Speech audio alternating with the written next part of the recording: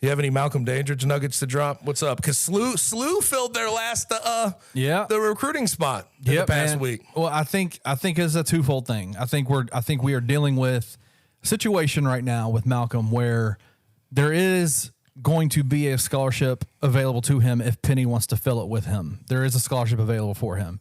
I think that there's kind of a two things happening right now.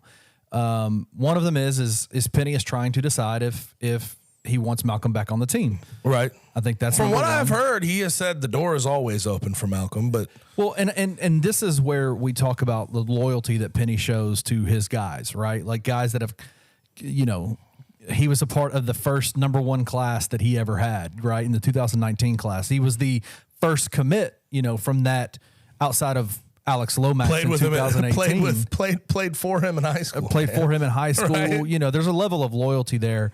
And I think a large portion of it might be the fact that I don't know the ins and outs of this, but I think is trying to figure out where Malcolm's health is at, right? Yeah. Like, that's kind of been the predominant story of his career is just his health. Yeah, but the thing is, if you're going to bring back a guy like Malcolm Dandridge, and it depends what Malcolm wants, because there's been reports about him being reached out to by Gonzaga. His whole recruiting process has been strange this time around because he's not talking, and he's sort of leaving these little crumbs out for everybody to try to follow, right? Like that's sort of his whole like this entire offseason. It's been that, but they need front court depth probably. I mean, if I'm looking at their roster.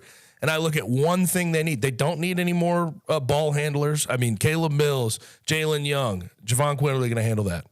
They don't need really that much more shooting. Nick Jourdain showed some stretchability. Jaquan Walton's a 40% guy. If Jonathan Pierre hits the floor, he's a 40% guy. Jayden Hardaway has some game there. Javon Quinterly can shoot. The shooting's not necessarily a massive need. Right now, you need front court depth. You don't know if DeAndre Williams is going to come back. So you have to make sure that you have enough to be able to rotate in. Now, do I think there's ways for Penny Hardaway to get around that? Absolutely. He could play small ball lineups. Jaquan Walton could man the 4. David Jones, I know it's not necessarily ideal, but he could man the 4. He's a dirty work guy that can go get you some boards. But in an ideal world, I think you need to find maybe one more body to man a front court position to get some rotational minutes. We have to see where Malcolm's injury status is right this second. But he knows what's expected of him in a Penny Hardaway system, and he can give you those spurts. It never worked as a starter because he could only give you spurts. But as a bench player that's getting 10 to 12 minutes a game, I wouldn't mind to see him in a return to Memphis. Well, think about it this way. If you bring Malcolm Dandridge back into the fold, you're too deep at every position. Right. Right. And that's because right now, without DeAndre, it's Jordan Brown and Nick Jourdain. It's your natural bigs. Right. Those are your natural bigs. You don't have anything else outside of that. Unless DeAndre comes back, you add your third one. But you could be too deep. You bring in Malcolm, because they don't have anybody who's sort of that natural 5 banger in the post. Let me get rebounds. Let me set screens. They don't have anybody outside of Jordan Brown that really brings that to the table ultimately. Yeah, I mean, I think I would agree with you on this. And I've covered this team now since 2018. I would say that this recruitment, based on what I've seen and kind of conversations I've had, has been one of the more wild recruitments I've ever seen. It's just crumbs. It just like crumbs. You just like, what is going on, right? Because usually you see some type of national guy have some lead, right? On this guy's thinking about going to SLU. He's thinking about going to Gonzaga, whatever it is. You haven't heard that, right? And I think we've dragged this out to the point, Kenny. And I want your opinion on this. I think we've dragged this out to the point that if it ain't Memphis, who the hell is it going to be? I think that's exactly where we're at right now. And I think that's where we're at. I legitimately think that it's either Memphis or not.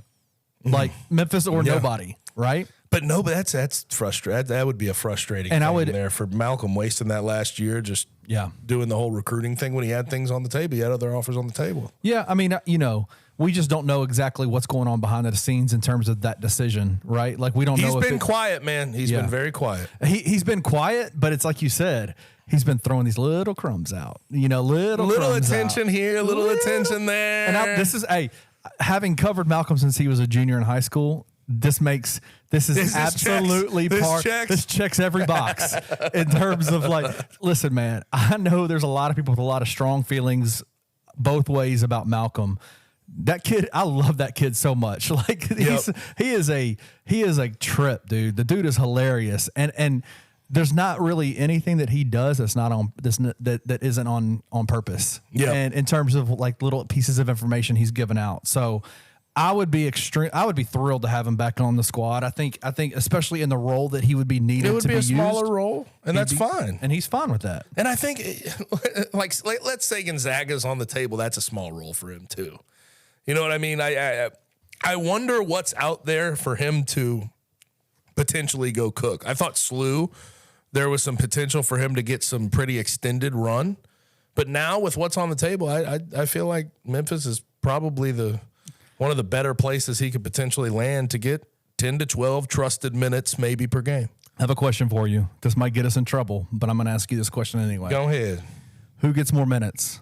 Malcolm at Memphis, Chandler at Arkansas? Oh, gosh. I see I'm going to get in trouble. Golly. I would say Chandler Lawson at Arkansas. That's going to be strange, man, because Trayvon Brazil's coming back. Yup.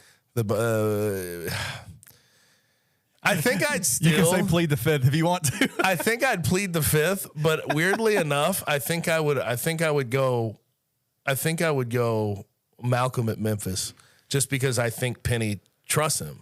Yeah. Weirdly enough, over the years, he just 100%. He knows what to expect from the guy. Not anything to do with their skill level or whatever they do. It's about situation. It's situational. Yeah, like that, and which is why I think we were all kind of stunned that Chandler went to Arkansas and left Memphis and went to Arkansas. Speaking of which, we wouldn't even be talking really about about Malcolm all that kind of much off the table, wouldn't if it? Chandler was on campus. It would be because first of all, you'd run out of roster spots, and second of all, that would be that would be sort of a guy who could rotate in and give you some of those minutes of big. And he would have got some run here, I'm telling you. Absolutely, he would have. Because of the defensive side of the ball, that's what you need to understand for a Penny Hardaway coach system.